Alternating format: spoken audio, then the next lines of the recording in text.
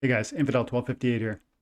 Today we're going to talk about the new land expansion coming to Splinterlands and specifically the price appreciation that I would expect with the token. If you don't know, it came out on the pre-sale, it was being sold for $10 a token and now it's being sold for over $500 a token.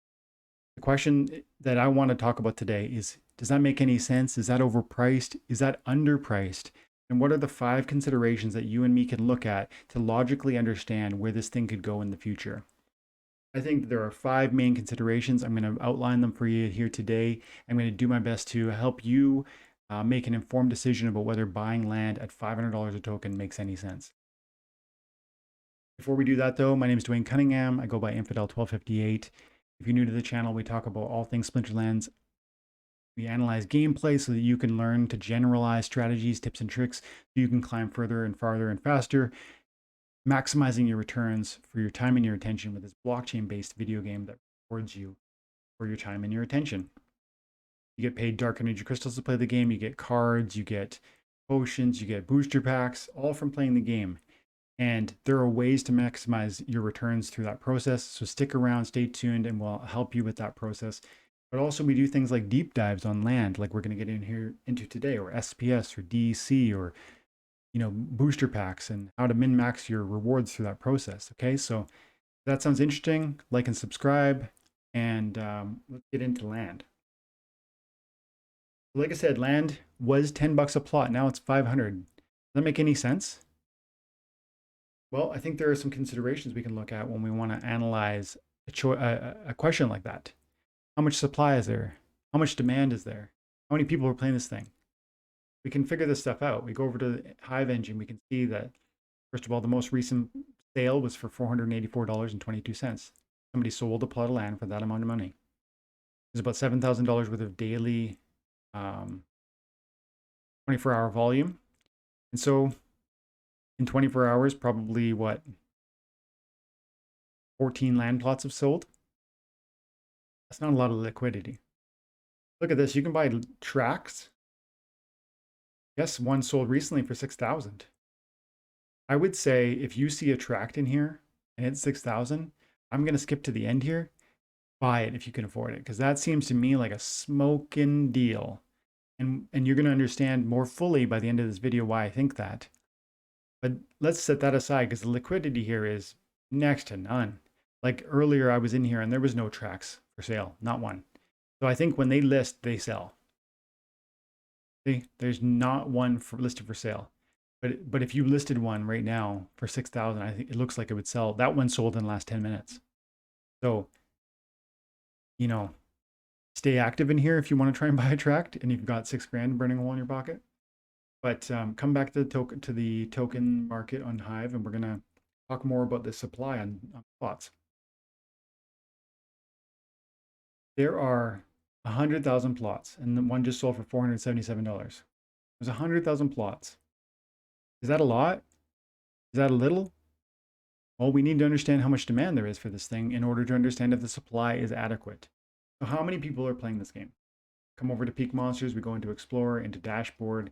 You can see the number of battles that have happened recently is exploding, which implies that there's more players playing, but I guess it could just be people being more active. Let's look further. Here's the number of daily active average accounts. A month ago, we had 39,000.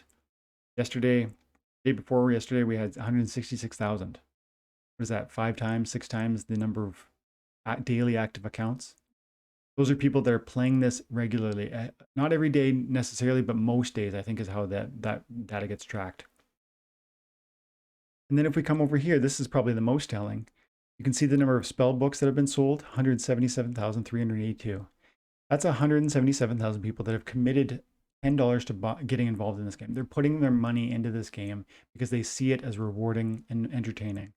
And this is the audience for land, right? They're putting their money into this.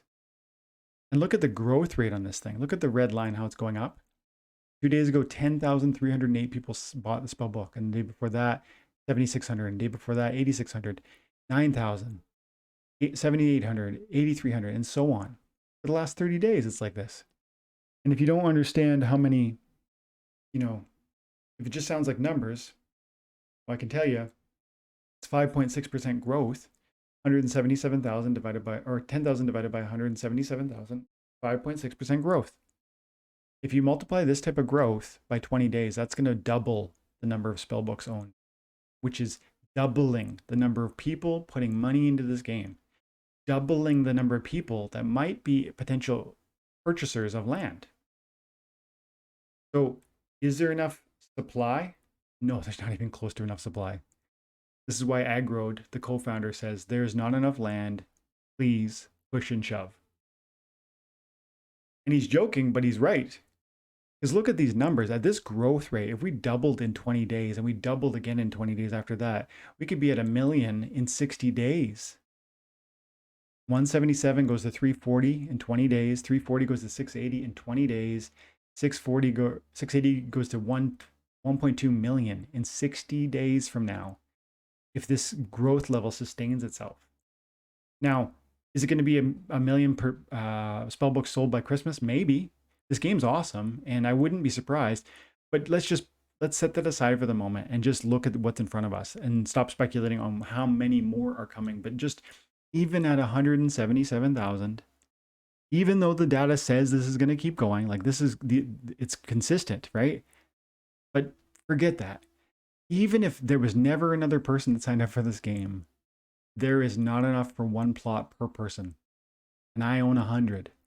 And I have a friend that owns 100. And some people own a region, and that's 1,000 plots. There is not enough land in this game. Please push and shove. So when we look at scarcity, it's like almost an obvious slam dunk that there is not enough of this thing. And yes, the price could go way higher from just a scarcity perspective, but there's so much more, and we need to go deeper. It's not just about supply and demand. It's also about utility and rarity of the land tokens that you end up opening, and the synergy between land and cards and SPS. And so let's get into all that. But the next one I want to talk about right now is synergy. We're going to pop over to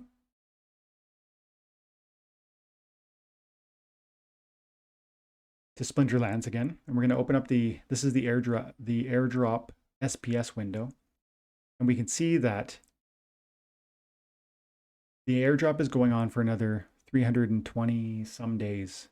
You can see that there's a total of 365 days of airdrop. 39 have gone by.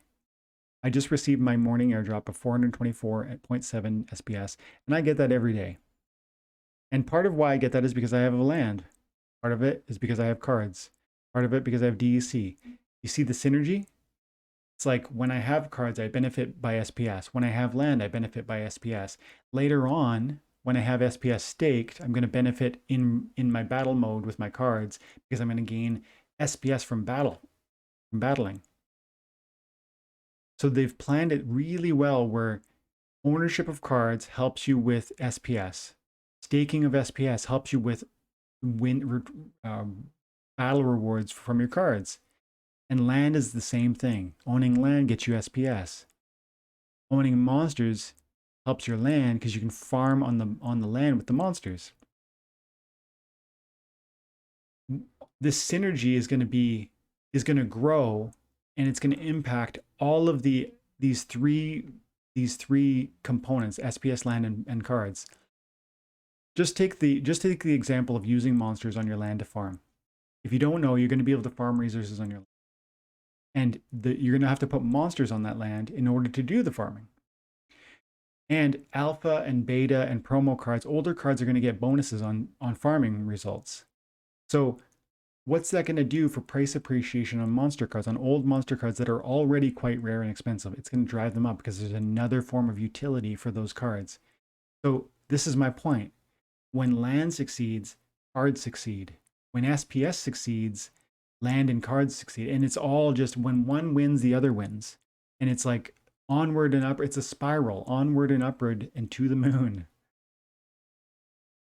So synergy. This was all, and also this, you know what this tells me? The developers are super smart. Like they're super wise. This shows a savviness and a thoughtfulness that should give you confidence in buying cards or SPS or land. because you start to see how smart they are about building utility into the asset. And then it becomes more and more clear that more development will happen as time goes on, and they're going to grow the value. It's not going to diminish. It's going to become more and more valuable because they're going to build more and more utility into it. Now I want to talk about rarity. If you don't understand, each land plot is actually going to be essentially it's an undescribed plot of land that you're going to need to claim. And when you claim it, it's like opening the pack of booster cards. When you look at a pack of booster cards, you don't know what's inside. There's 5 cards in there. You don't know which ones. Are they going to be legendary? Or are they going to be common? Are they going to be regular foil or gold foil? The same with land. Let's hop over to, you can go over to splinterlandsfandom.com /wiki/land, and you can find this article. This is an article written by Splinterlands, but I want to go to the original source. And we're going to see right here what Splinterlands had to say about land back in October of 2020. And this is chock full of important stuff that's going to comment on rarity, but it's also going to comment on issues of utility for the land. So, and it's going to begin to show you synergy also. So this article is going to really reveal all of my points, but right now I want to focus on the issue of rarity, because each land token is like a booster pack. You don't know what you're going to get till you open it. Some are going to be common, some are going to be rare, some epic, legendary. Then there's going to be natural and magical and occupied land types, which they provide different type of resources, and each resource is going to have a certain amount of value, real world value, that you're going to be able to sell for actual money. Some are going to have totems, others are going to have keeps and castles. All of this stuff is going to mean that some of these opening packs that you buy for 500 are going to sell for 10 times more, 100 times more maybe. Honestly, I could imagine some of these land plots, a castle, legendary, selling for $50,000 maybe. Especially if I'm right about the user base growing exponentially to double and double again. Like I've said before, this game is amazing and it rewards you for your time and attention, unlike a lot of the mainstream games that are out there like Hearthstone. But this game is a lot like Hearthstone, and that game has millions of people who play it. League of Legends, millions of people that play it. A game like this, in my opinion, could attract millions of participants. And so, again, let's focus up on rarity. Skip down here. So, smallest unit of land is a plot, and each plot will be a unique, non-fungible token represented by a graphic card. This will what it will look like, and it will display all of its unique properties, just like your monster card has an indicator of its rarity. It has a description, and it has, certain abilities and characteristics. So will the land plots. This is a card you'll actually own and you'll be able to trade. Each plot of land will have a terrain type, a category, and a rarity. The terrain type indicates what sort of land it is, what type of resource it has, what type of splinter magic are best suited for the land. There are planned to be 14 different terrain types, including plains, hills, tundra, swamp, bog, mountain, canyon, caldera, river, lake, forest, jungle, desert, badlands, and there's more. In addition to the terrain type, each plot of land will be in one of three categories: natural, magical, or occupied. These categories of land are similar to the foil of the existing monsters and summoners. The majority of land plots will be natural, which means that they contain one of 4 natural resources: grain, wood, stone. And it can be farmed and harvested from the land. It's going to require certain buildings and upgrades and maintenance. You're going to need to manage that and min-max that. It'll be a mini game within the game where you're going to be doing your best to farm the most so that you can maximize the production off that land, because it's going to have value for you, which is going to help you succeed in the ranked battle. So synergy, right? But rarity also. Some of them are going to be these natural, some of them are going to be magical and occupied. What does that mean? Some plots will be magical, which means that they are rich in one of 6 magical resources, each associated with one type of splinter. Bertulium, which is life, reclaims souls, death, Ulana seeds, earth, sparkstone, fire, bottled storms, water, and heliostones, dragon. The magical resources will be much more rare than the natural resources, and they will be one of two components required to mint spell cards and items. We haven't talked about minting spell cards and items. We have to pop back there when we get into the conversation on utility. But right now, again, just focus on the rarity. Each of these plots is going to be a different degree of rarity. Some of these are going to be way more than the cost of the token. $500. Some of these are going to be way more. If you start getting these rare ones with the, the magical or the occupied status, and there's more to come here. Additionally, some land plots will be occupied, which means they are inhabited by wild monsters, and players can battle these monsters and extract their essence, which will be a second necessary component of minting items and spell cards. So there's going to be a battle system within this subgame. And then there's going to be some type of commerce within this subgame, because you're going to want the magical resources and you're going to want the essences. And so you might have essences and I might have natural resources. How do we trade that? That's going to be a commerce. That's going to also be probably a marketplace of its own. And then how can you min-max that too? And like, you know how I do monster flipping with cards. Can you do that with the essences and the magical resources? Probably. Exciting.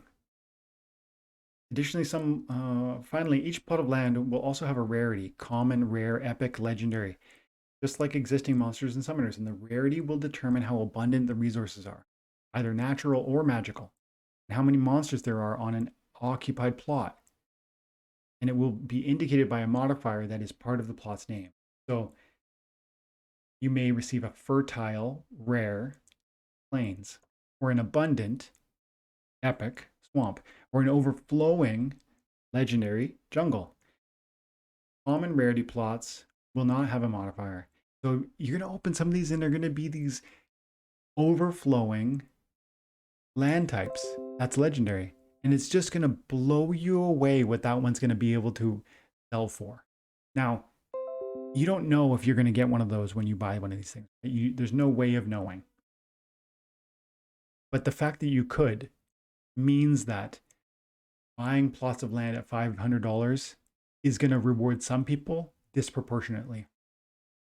Some of those tokens that are being sold for $500 are going to be worth $5,000 or $50,000. That's my prediction. Particularly these ones that are legendary, that are magical or occupied. And then also if they're within regions that are well managed, because in this paragraph we start to talk about how you're going to need to construct and maintain buildings on the land card. And so will your neighbors, right? And if your neighbors are managing their land well and you're managing your land well, there's going to be that amplified production of resources, and your region is going to succeed.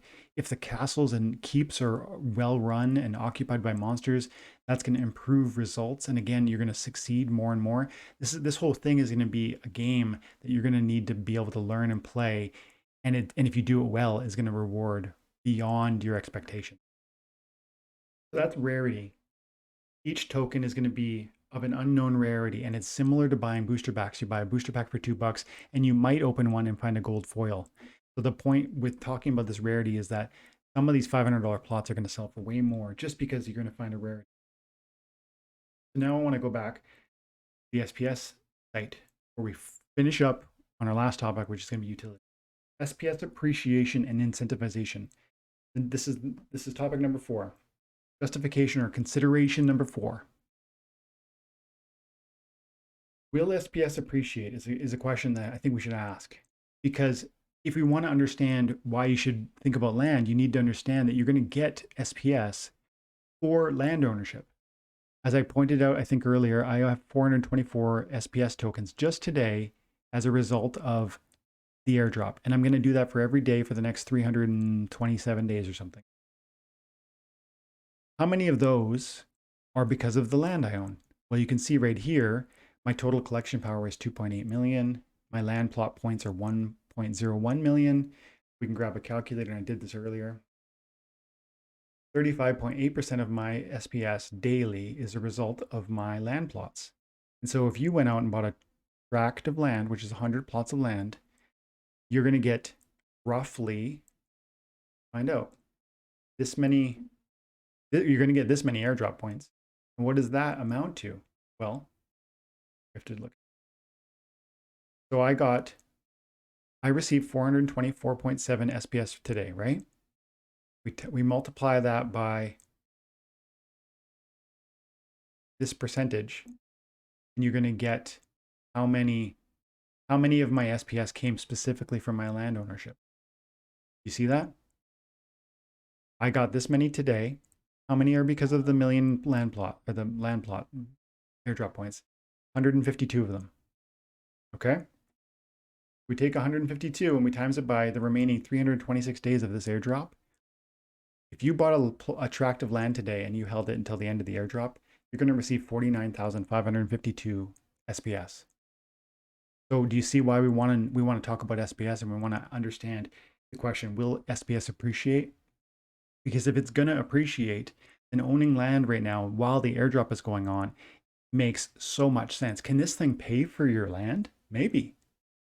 You're going to get 49,000 SPS. Now this is rough because it depends on how many assets other people in the game own.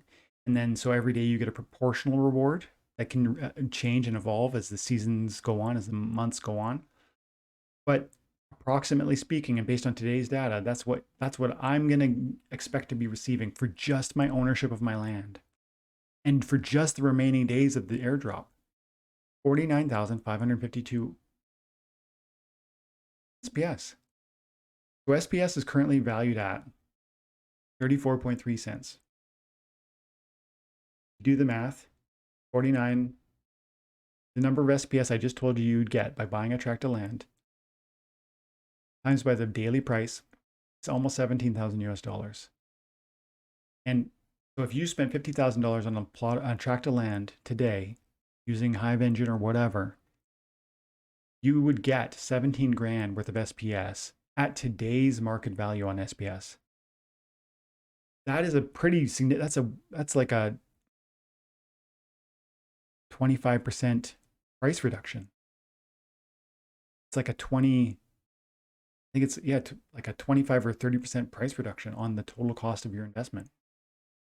And that's assuming you think SPS is fairly priced at 34 cents. I don't. I think SPS is underpriced. And I think when the airdrop stops, understand this, the airdrop is only going on for another 327 days. What's going to happen when this supply dries up and this is not coming into the market every day? That's going to be reduced supply. And by then there's going to be way more players. So there's going to be increased demand for SPS. So that's going to mean increased prices because there's reduced supply. But then also remember what I pointed out earlier, that SPS is going to be able to be staked on your account, and that's going to generate ranked battle rewards paid out in the form of SPS, which you will not be eligible for unless you have SPS staked. So do you see there's this synergy that they planned where you're going to want to have that SPS and you're going to want to have it staked. And what will that mean? You're going to want to buy it and you're going to want to lock it up. And what's that do for price? Up. Plus, this is a governance token. And if you, like I said earlier, the synergy thing, if you believe in the cards, you believe in the land, then you should believe in the SPS token because they're all wrapped up together. And if you believe in SPS, then you should believe in the others. You see what I mean? So you need to ask yourself that question. Do you think this game is going big places? And if so, I wouldn't consider this small. I would say this number is wrong because you're going to get 49,000 SPS for owning a tract of land over the course of the remaining airdrop, but it's not going to be worth 17,000. It's going to be worth 49. That's how many tokens you're getting. I think $1 per token is probably pretty reasonable. It was already there, and I think we're going back and beyond. I think $4 a token is probably pretty reasonable. You see what I'm getting at? If I'm right about the price appreciation opportunities and the supply demand issues with SPS that I just laid out, then I'm making an argument for why the SPS you're going to get from owning a tract of land during the airdrop is not 17 grand like I just showed. It's maybe 50 grand. It's maybe 200 grand if it's for $4 or $5 per token. And also, there's another consideration. Every day I get paid SPS. Every day. When I receive it, I can claim it. When I claim it, I can stake it. Once I stake it, I get 142% APR. Every day I then earn more SPS on top of the SPS. It's a compounding thing. So while it's 49,552 SPS to own a tract of land for the next 327 days, if you reinvested that, staking it daily, it's going to be amplified by 142%. Now, mind you, this APR is going down, down, down, and will continue to fall as more and more people stake.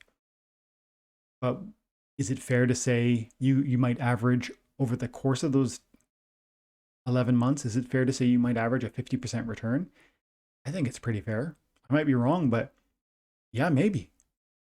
And so what would that mean?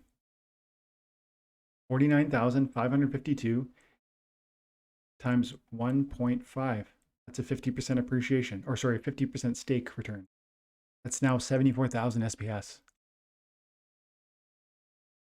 $1 a piece? $4 a piece? You see what I'm saying? Understanding the value of SPS is important when understanding the incentive to own land. And that's point number 4. And the last one we're going to get into is utility. So we're going to go back to that article. And we're going to read more about utility of the token, what it's going to do in the game. Start at the beginning. It's going to take probably 5 or 10 more minutes. I know this is a long video, but this is super important. I hope you stay with me because we're going to land this plane explaining why we should believe these land tokens are going to do anything. They say, not only are we planning to add new types of cards and a major update to the existing battle system, we're going to talk about that, but we're also planning to add an entire additional game within the game to allow players to take control of minting new cards. We're going to talk about that. So there's a whole new battle coming. They're going to explain to us in a minute. And we're going to be able to mint cards? What? For those of you who are excited about land, there's going to be a pre-sale. There was a pre-sale a long time ago when you could have bought it for $10 a token.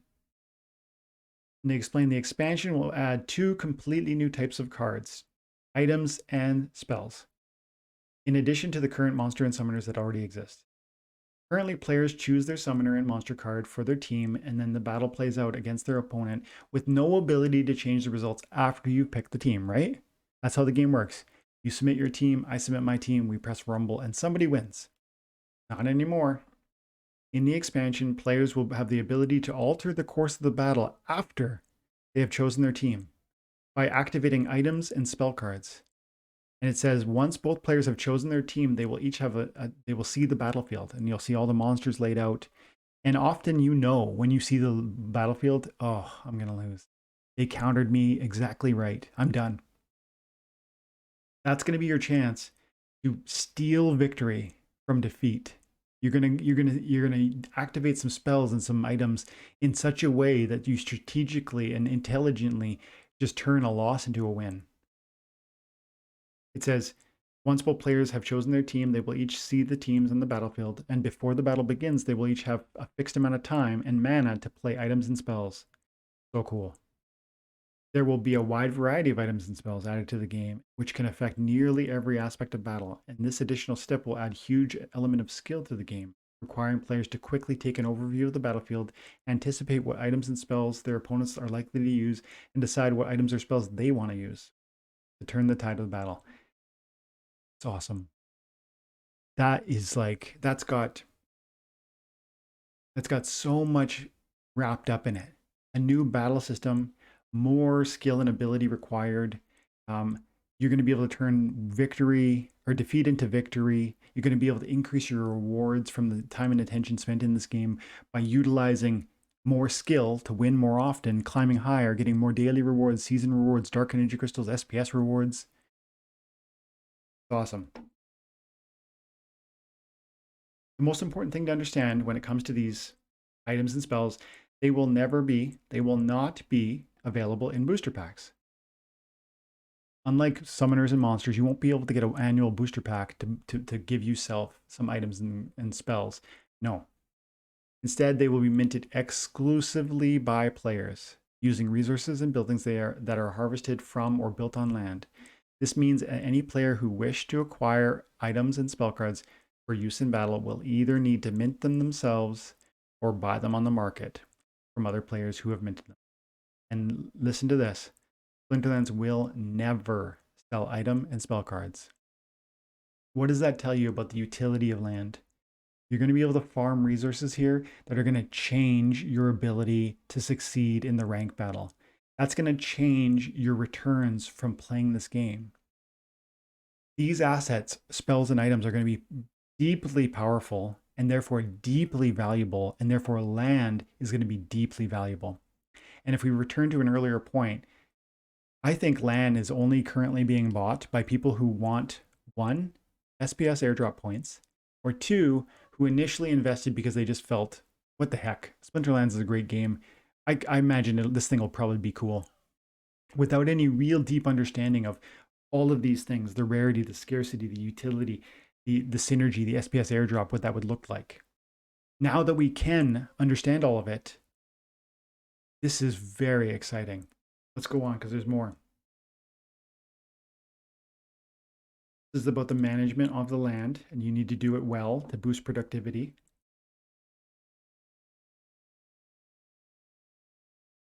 You'll have monsters and summoner cards to work in the land in order to function, so you may want to hold off on burning your hordes of rusty androids.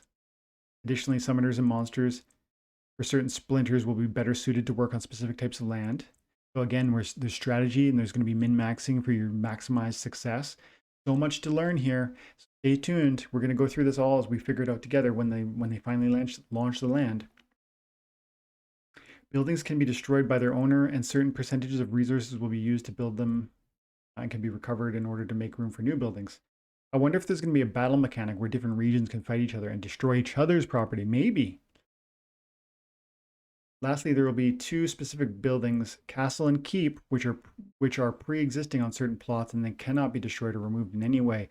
These buildings will confer special benefits to their owners and also to the surrounding areas. Each region, 1,000 plots, will contain exactly one plot with a castle and 9 plots with a keep.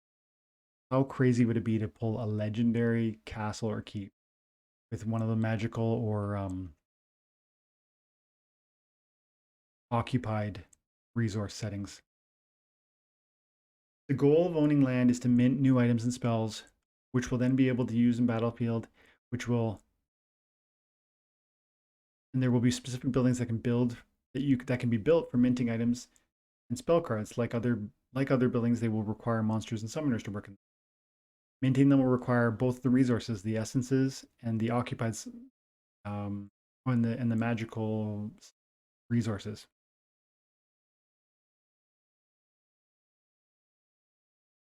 So each piece of the land is going to generate lots of resources, and that's the utility component. With. I don't know if we even talked about totems. When we talk about rarity, did we talk about totems? Some of the land is going to just be lucky enough to have totems on it. Totems will only be available as prizes in the Splinterlands land raffle, which you can read more about in the official.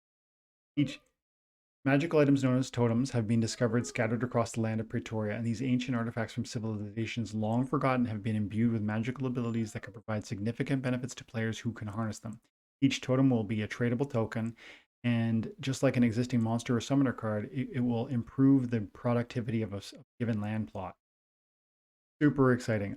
That would be more of the rarity conversation. But again, the utility. We're going to have resource farming to mint items and spells. Splinterlands will never sell items and spells. Splinterland will never sell more land like this. They've said that in various AMAs. And so when we understand that the new battle format is going to require items and spells in order for you to climb as high as you possibly can, and when you remember that you're going to want that because you're going to want those extra daily and season rewards plus the DEC and SPS, you understand that the land that generates the revenue, the resources, is going to generate the revenue. Very exciting. And so that's the full thing. We talked about scarcity, we talked about synergy, rarity, SPS appreciation, and the incentivization through the airdrop. And lastly, utility of land. I think these 5 components, These 5 considerations make the strongest argument that you should probably look at land very seriously, even at $500 a token. So I just want to conclude by saying these tokens are exceedingly rare, exceedingly scarce. The reward synergies are well planned so that card, land, and SPS ownership will benefit their owners in exciting ways. And lastly, it's conceivable the SPS airdrop could literally pay for your land investment. That should blow your mind. So the only question remaining really is whether or not you believe in the future of this game, whether or not you have confidence that these developers have shown through their previous track record that they will make this thing be what they've said it will be. Is this land going to come out and offer this type of utility that they've promised it will? If it does, what will that mean for your earning potential with the game if you own land? This thing could retire some people. I'm convinced Splinterlands is going to retire some people. I'm hopeful I'm one of them. But we're going to leave it there. I know it was a long video. This is actually the 3rd time I've recorded this. 36 minutes. We trimmed it. Hey guys, thanks for your time and attention. Have an amazing day, and God bless you.